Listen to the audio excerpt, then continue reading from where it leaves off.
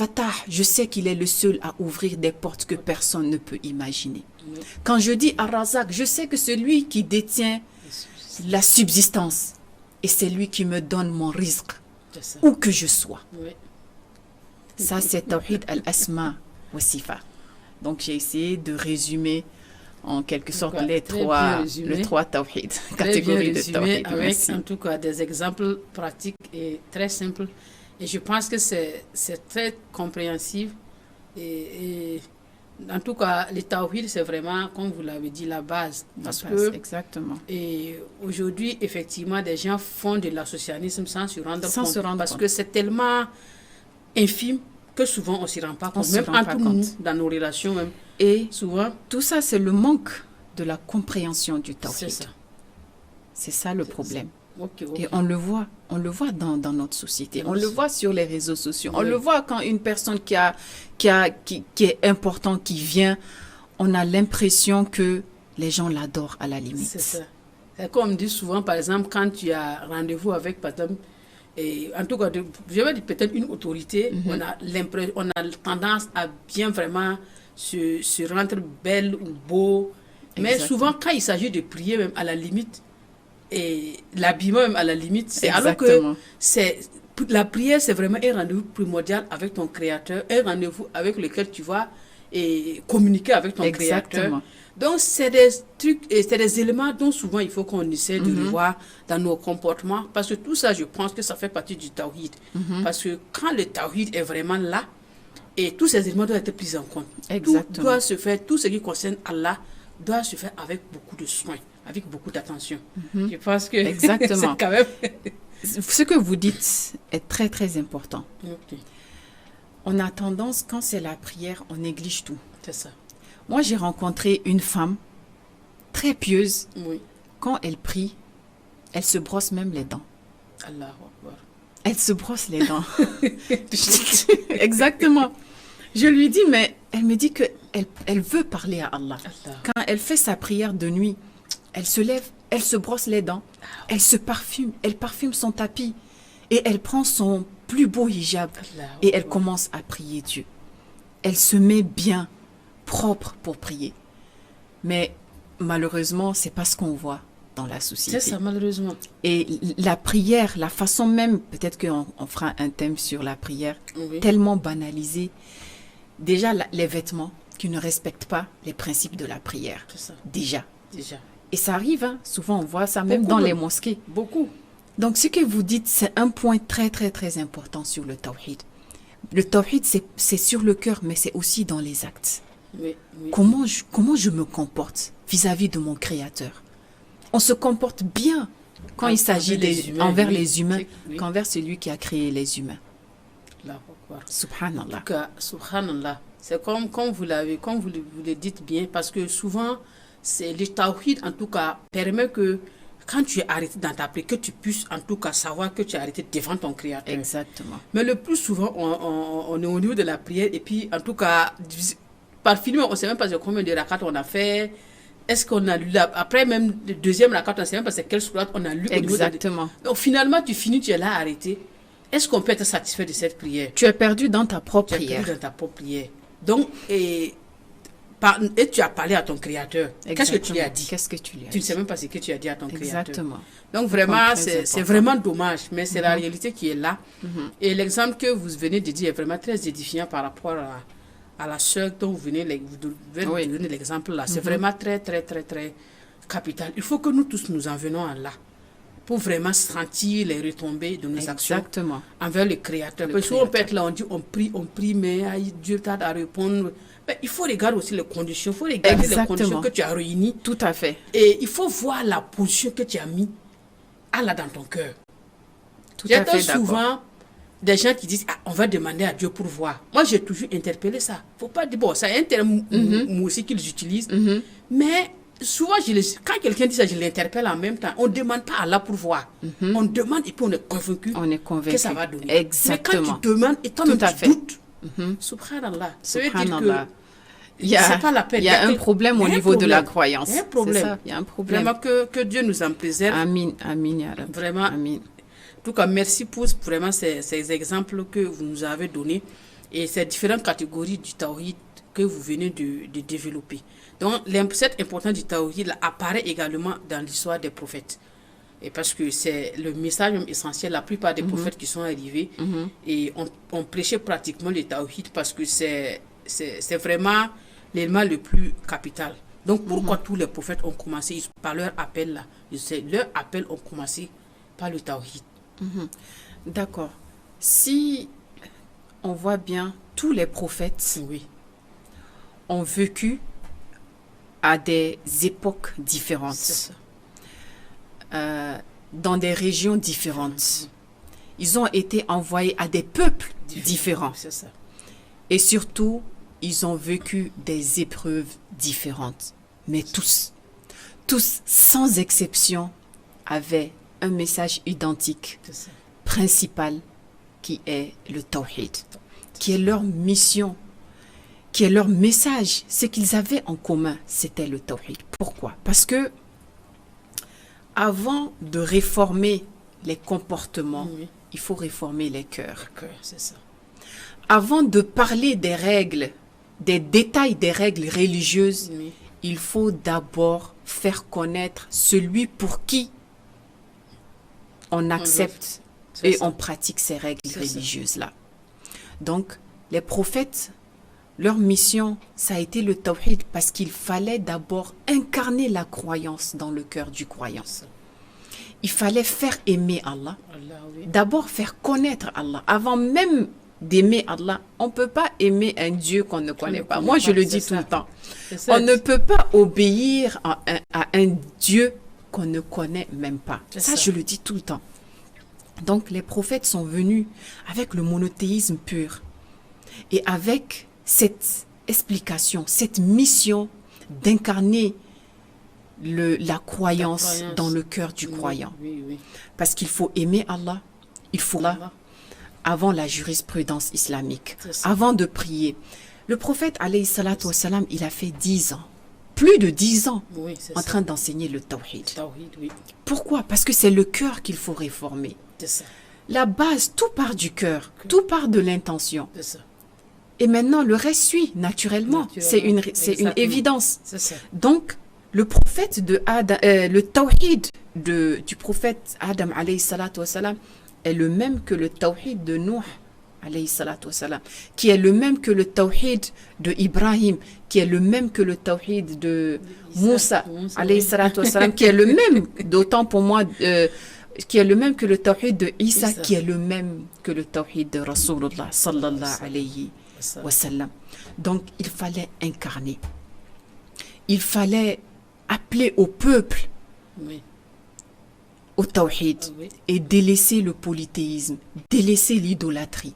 Leur mission fondamentale, c'était d'abord de faire connaître Allah et d'aimer Allah. C'est pour ça qu'ils avaient tous cette mission de réformer le cœur avant de réformer les comportements.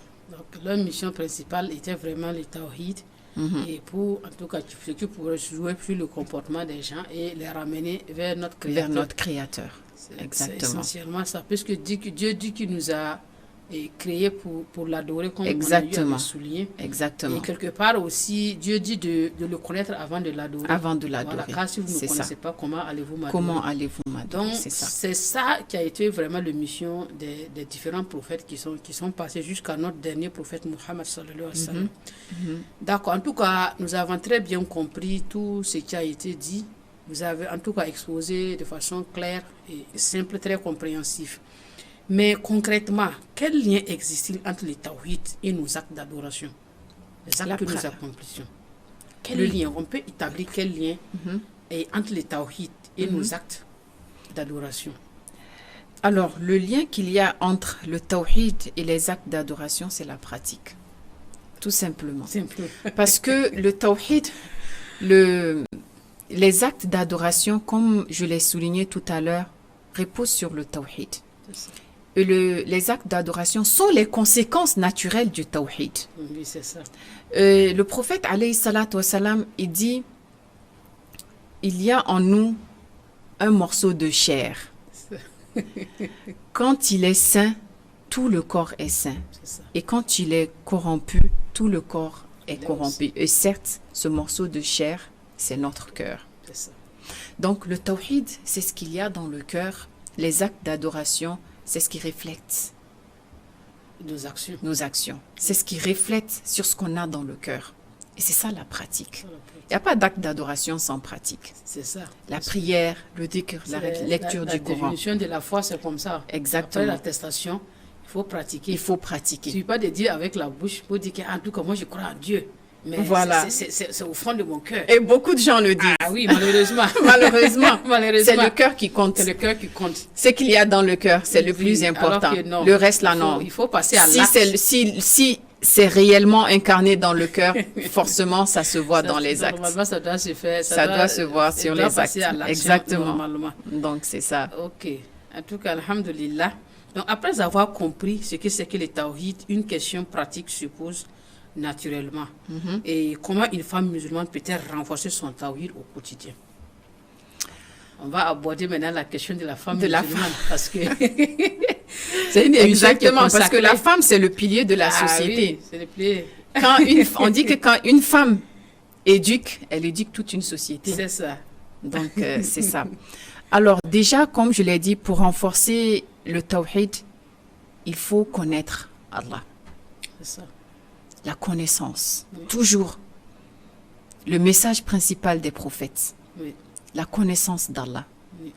Les actes d'adoration. Oui. Les prières. Oui. Le jeûne. Les invocations. Le Coran. Il y a plein de sœurs qui malheureusement ne savent pas lire le Coran. C'est ça. Même lire les sourates simples, c'est un problème. Oui. Donc il faut... On est tellement occupé. On est tellement occupé. Tellement occupé. On laisse vraiment l'essentiel. Et puis ce pourquoi on a été créé. C'est ça, oui.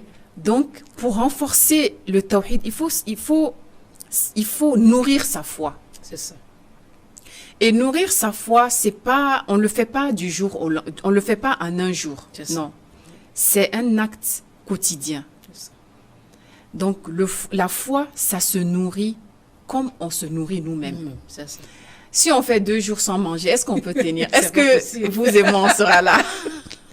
C'est pas possible. On sera en train de tomber, on est malade là-bas à la maison. Donc, la manière dont on se nourrit pour avoir de l'énergie, pour tenir debout, c'est la même raison qu'on nourrit la foi. Et la foi, elle se nourrit par les actes d'adoration. Elle se nourrit par la méditation. Donc, pour renforcer le tawhid, il faut nourrir sa foi. Il faut faire les actes d'adoration. Il faut connaître son créateur. C'est très important. Et j'arrêterai pas de parler de ça. Ah, oui. Il faut connaître. Malheureusement, beaucoup sont musulmans, mais ne savent même pas pourquoi. C'est ça. Ne savent même pas pour qui. C'est ça. Pour qui je suis dans la religion musulmane. C'est ça. C'est pas pour dire que je suis musulman, mais parce qu'il y a un Dieu suprême qui est là, qui m'a créé pour ça. Donc, renforcer sa religion, c'est surtout nourrir sa foi au quotidien. Parce que quand la foi n'est pas nourrie, malheureusement, elle est affaiblie. C'est ça. Et il y a les baisses de foi qu'on voit facilement. Donc, ce que vous dites me rappelle que c'est vraiment très important, surtout pour nous, et les femmes musulmanes, parce que, comme vous l'avez dit, nous sommes à la base de l'éducation des enfants. Exactement. Et si nous n'avons pas la connaissance pour transmettre à ces enfants, et on se contente de dire aux enfants, il faut prier, sans les expliquer pourquoi ils doivent prier. Bon, les enfants vont trouver cette prière-là comme un fardeau. Et par fini, bon, ils n'ont pas de conviction dans ce qu'ils font.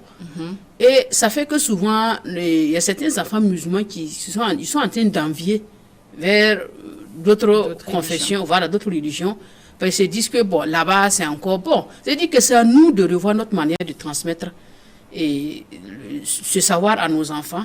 Encore faut-il il faut que nous, on l'apprenne correctement pour pouvoir transmettre ce message à nos enfants. Exactement. Un point très, très important. C'est ça. Parce que la connaissance, c'est vraiment très primordial. Exactement. Dans toutes nos actions. Parce que même le fait de formuler nos intentions à chaque fois pour dire que nous faisons telle action pour Dieu, tout ça, souvent c'est par manque de connaissance. Exactement. Souvent on fait des actions qui peuvent être récompensées, mais si l'intention n'est pas bien formulée, ça fait que bon. Il y a un problème Il y a qui est un là. problème qui est là. Donc vraiment, c'est pas facile. C'est pas facile. Vraiment, mais que Dieu nous vienne en que aide. Dieu facilite. Que Dieu Et facilite. qu'il raffermisse notre cœur Amina sur ya la Rabbi. religion. Amin, amin, amin, amin.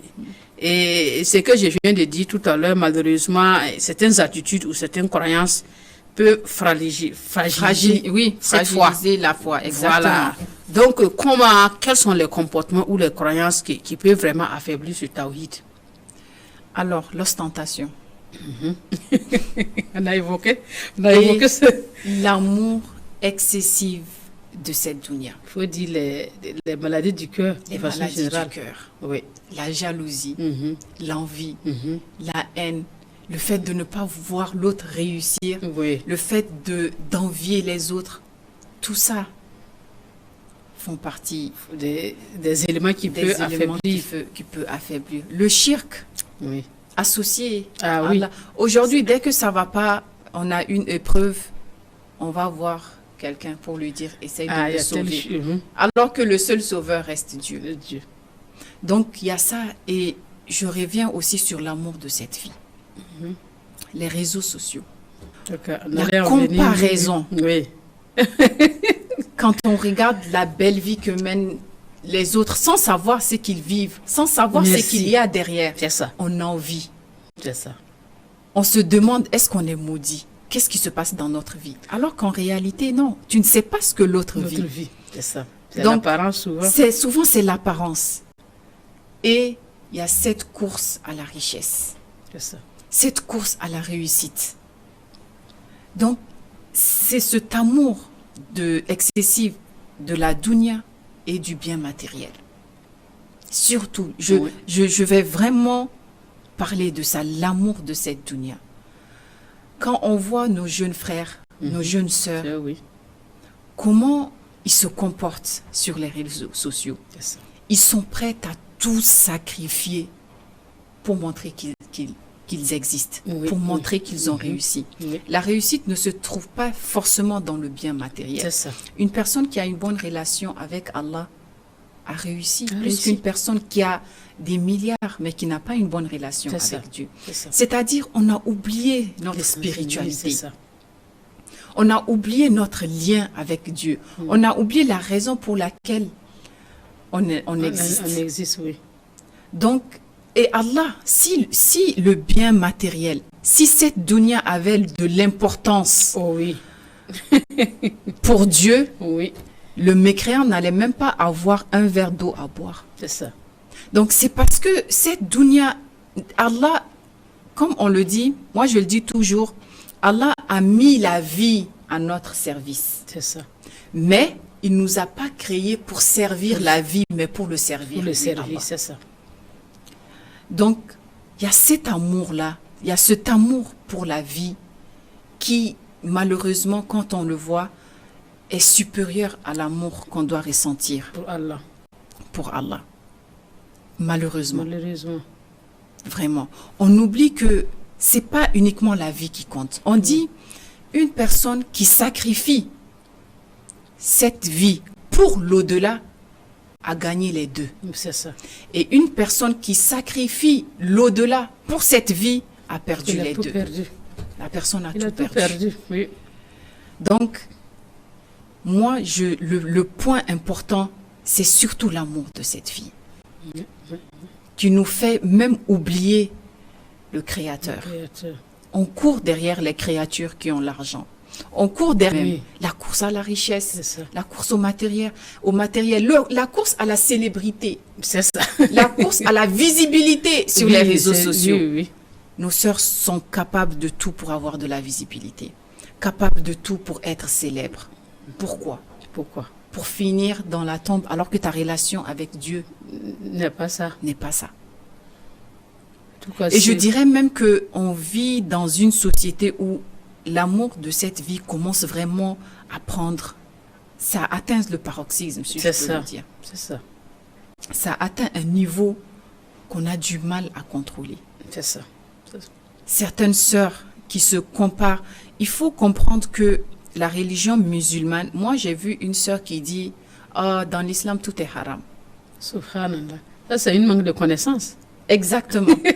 parce que je ne peux pas faire ça, parce que je ne peux pas faire ça. Mais l'islam, c'est une religion en dehors du tawhid même. Oui. C'est une religion, même le tawhid, C'est ça. transforme notre manière de nous comporter, notre manière de parler, de voir les choses. Donc, le comportement, surtout le comportement qui change. Et l'islam, c'est une religion qui éduque. C'est pas une religion qui accepte. C'est pas une religion qui accepte ce que tu veux. C'est pas une religion qui accepte tes passions. C'est pas une religion qui accepte tes envies. C'est une religion qu'Allah a créée parfaitement pour éduquer. Une personne qui a le tawhid, une personne qui pratique bien sa religion, est une personne pieuse. Est une personne que les gens respectent. C'est ça. Donc, au lieu de chercher l'amour de cette vie, cherche l'amour d'Allah et Allah mettra l'amour des bonnes personnes, l'amour de ton amour dans le cœur de l'amour des bonnes personnes. Oui. Donc, on court derrière l'amour des autres alors que l'amour du Créateur nous manque. C'est vraiment un point essentiel parce que l'amour du Créateur même nous donne une paix intérieure. Une paix intérieure. Et c'est souvent ce qu'on oublie. Parce qu'à force de courir pour chercher la visibilité ou la célébrité, comme vous l'avez dit, on ne va jamais l'atteindre et on n'aura pas cette paix du cœur. Exactement. Parce que le fait que l'objectif n'est pas atteint, on n'est pas satisfait. On perd les deux. On perd les deux, comme vous l'avez si bien souligné. Tu n'es pas tranquille dans la vie et tu sacrifies l'au-delà. Tu ne sais pas ce qui t'attend.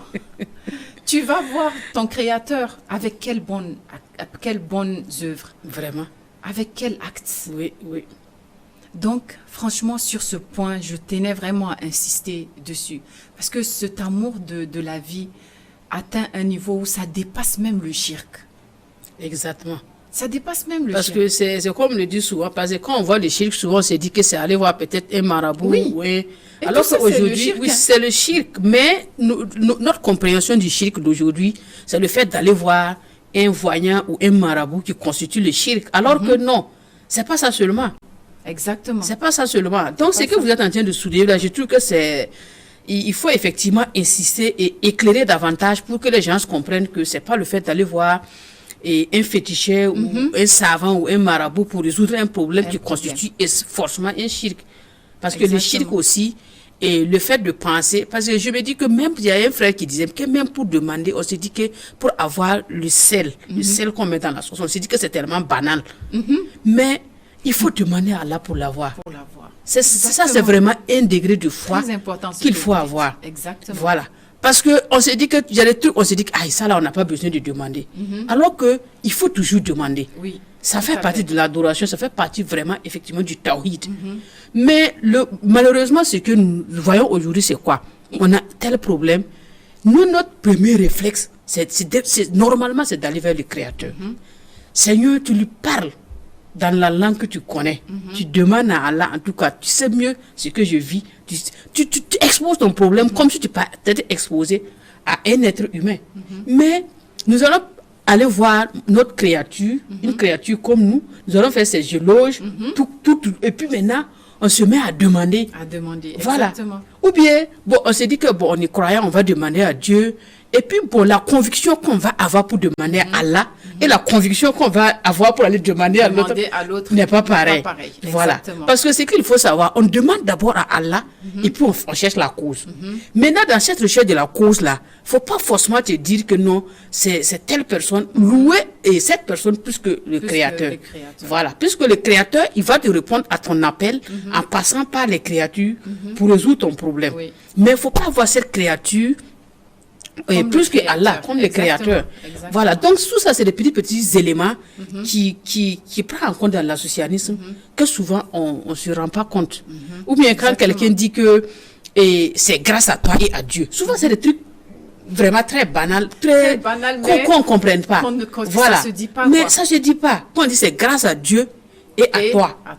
Tu vois, c'est comme si tu as mis deux éléments alors que ça ne doit pas se mettre ensemble. Exactement. Voilà, donc je pense que c'est des petits éléments, souvent qu'on ne se rend pas compte, mais qui coûtent sur nous quand même. Ça joue sur la foi. Ça joue sérieusement sur notre foi. Voilà, ça fait que souvent on prie, on demande et on se dit pourquoi Dieu ne répond pas. Voilà, parce que c'est le reflet de ce qui est au fond de notre cœur aussi, que Dieu regarde. Exactement. Et comme vous l'avez dit, c'est une éducation. Il faut que Dieu nous éduque jusqu'à ce stade pour qu'il puisse nous répondre de façon court, fait à court. Exactement. Exactement. Donc, c'est vraiment ça. C'est vraiment à nous de revoir notre manière, en tout cas, d'imposer notre Seigneur. Exactement. Voilà, donc, bon, vous avez déjà évoqué un peu la question des réseaux sociaux. Bon, en tout cas, c'est vraiment un élément très capital, comme vous le venez de dire. Parce que je voulais même qu'on en vienne comment les réseaux sociaux influencent notre manière d'adorer notre Seigneur. Parce que souvent, aujourd'hui, on se dit qu'on n'a pas le temps. Mais on perd beaucoup de temps sur les réseaux sociaux. On peut perdre 1 heure, 2 heures à se concentrer, à suivre la vie des autres. C'est-à-dire qu'en oubliant vraiment l'essentiel. Comment, en tout cas, quel conseil vous pouvez donner à nos soeurs à se recentrer, en tout cas, revenir à l'essentiel par rapport à cette question de distraction, la question des réseaux sociaux? Mais ça, il faut maintenir un lien quotidien avec Allah pour ne pas se laisser avoir par les réseaux sociaux. Maintenir un lien quotidien. Comme je l'ai dit, nourrir sa foi. Je l'avais déjà dit. Donc, il faut maintenir un lien quotidien avec Allah. Quand c'est l'heure de la prière, il faut aller prier. Et laisser les réseaux sociaux. Les réseaux sociaux peuvent être... ils ont leurs avantages et leurs inconvénients. Il faut savoir l'utiliser. Il faut savoir les utiliser. Tu peux les utiliser pour connaître la science islamique, la religion. Comme tu peux les utiliser pour être égaré. Subhanallah. Et oui, parce que les réseaux sociaux aujourd'hui, il ne faut pas écouter tout le monde. Il y a des gens qui ne sont pas musulmans, mais qui se prennent pour des musulmans pour égarer les musulmans. Et moi, je dis, un musulman que une autre personne peut égarer, c'est celui qui a un esprit faible. C'est ça. Si tu ne connais pas ta religion, on t'égare facilement. Facilement. Mais vraiment facilement. Et on voit beaucoup de gens sur les réseaux sociaux. Beaucoup qui le font. Ils se prennent pour des musulmans et ils commencent à égarer les autres. Facilement comme ça. C'est parce que tu n'as pas la science. C'est ça. Et c'est parce que tu vois du tout et du n'importe quoi. Il faut filtrer ce que tu vois sur les réseaux sociaux. Quand tu vois qu'une personne n'est pas très claire sur la religion, bloque. C'est ça. Quand tu n'as pas la science. Quand tu as la science, tu peux peut-être essayer de voir et de sauver certaines personnes. Ou bien de défendre la religion. Mais quand tu vois certaines choses, tu n'as pas la science, passe. Et le temps est un bien. On passe tellement de temps sur les réseaux sociaux qu'il y a tellement de choses qu'on peut faire. C'est ça. Le temps que certaines personnes passent sur les réseaux sociaux, en un mois, peut les apprendre à lire le Coran. C'est ça. En un mois, peut les apprendre à lire le Coran. Des heures et des heures. Donc, les réseaux sociaux, il faut surtout savoir comment les utiliser. Il faut les utiliser à notre avantage. C'est ça. Il faut être intelligent aussi pour être sur les réseaux sociaux. Il faut être intelligent pour même prendre le téléphone et manipuler son téléphone. Parce que souvent, on ne cherche même pas à aller sur certains profils, mais l'algorithme nous montre certaines choses. C'est ça. Les réseaux sociaux, c'est vraiment, moi je dirais que c'est le premier ennemi des musulmans aujourd'hui. Parce que tout est dedans. C'est ça. Tout. Aujourd'hui, on n'a même plus besoin de la télé. Tout est dans le téléphone. Tout est dans le téléphone. Absolument tout. Donc, c'est tellement facile de perdre des heures sur ton smartphone que c'est incroyable. Tu te rends même pas compte, en fait. Le temps passe. Tu deviens accro. C'est ça. Les réseaux sociaux, c'est addictif, en fait. C'est ça. Donc, il faut savoir faire... Si une personne est vraiment accro aux réseaux sociaux, il faut revenir à la réalité. Surtout, revenir à la réalité. Et ne pas vouloir ressembler à une personne qui n'a pas la même religion, les mêmes principes, les mêmes valeurs que toi. Surtout. Oui. Donc, les réseaux sociaux, il faut savoir les utiliser. Il faut les utiliser intelligemment et il faut les utiliser à notre avantage. C'est ça. et éviter tout ce qui peut t'influencer négativement. Oui. Donc, c'est ça. Ok, alhamdulillah, rabbil alamin. En tout cas, nous sommes au thème déjà de l'émission. Déjà. Ok, alhamdulillah, rabbil alamin. Alhamdulillah, chers frères, chers soeurs, téléspectatrices et auditrices, nous arrivons au thème de cette première partie de notre émission consacrée au thème du Tawhid. Et à travers cet échange, nous avons compris que le Tawhid n'est pas seulement une parole que l'on prononce, mais le fondement même de notre foi, la base de notre adoration et la clé de notre relation avec Allah. Nous retenons également que plus une femme connaît son Seigneur, plus elle renforce sa foi, sa confiance en Allah et sa sérénité face aux épreuves de la vie. Et dans notre prochain numéro, nous verrons comment vivre concrètement le Tawhid au quotidien et comment cette croyance peut transformer notre manière de penser, d'agir et faire face aux défis et de notre vie au quotidien. Nous remercions vraiment encore une fois de plus notre sœur bien-aimée qui, pour tous ces éclaircissements, pour tous ces conseils très précieux que vous nous avez prodigués ce matin. Nous vous disons vraiment merci, qu'Allah vous récompense grandement. Amen. Et qu'Allah nous accorde vraiment une foi sincère, un tawhid pur et des cœurs fermement attachés à lui. Assalamu alaikum wa rahmatullahi ta'ala wa barakatuhu.